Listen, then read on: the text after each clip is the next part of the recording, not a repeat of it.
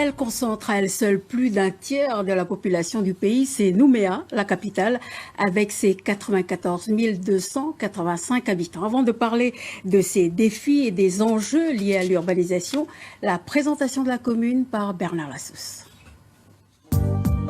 Avec ses 94 285 habitants, la capitale concentre à elle seule plus d'un tiers de la population calédonienne. Fait unique, elle a perdu en 5 ans plus de 5600 de ses résidents. Principal bassin d'emploi, elle demeure le poumon économique du pays. Petit à petit, elle voit certaines entreprises et autres administrations migrer vers les communes voisines.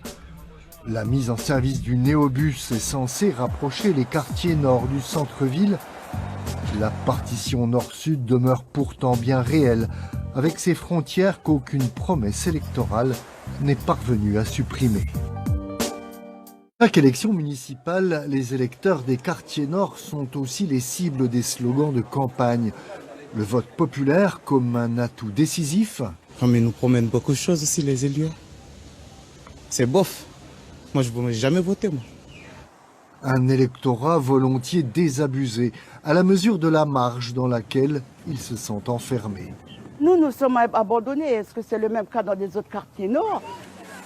Quartier nord, quartier sud, si la division n'est pas seulement géographique, elle est en tout cas historique, comme le résultat d'une politique d'aménagement du territoire jamais définie.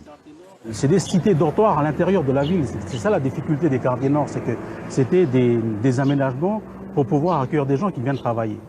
Donc on n'a pas prévu que les enfants qui vont naître, les générations 3 et 4, vont habiter le quartier. C'est-à-dire habiter au sens, ils y sont, ils vont se construire dans ces quartiers-là.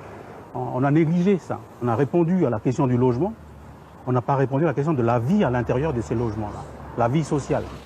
Le déséquilibre est en tout cas criant.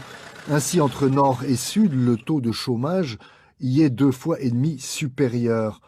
Le nombre de sans diplôme multiplié par 2. Enfin, c'est un gouffre qui sépare les populations en matière de succès dans les études supérieures. La rupture, elle est à tous les niveaux. Social, effectivement, économique, ethnique, politique.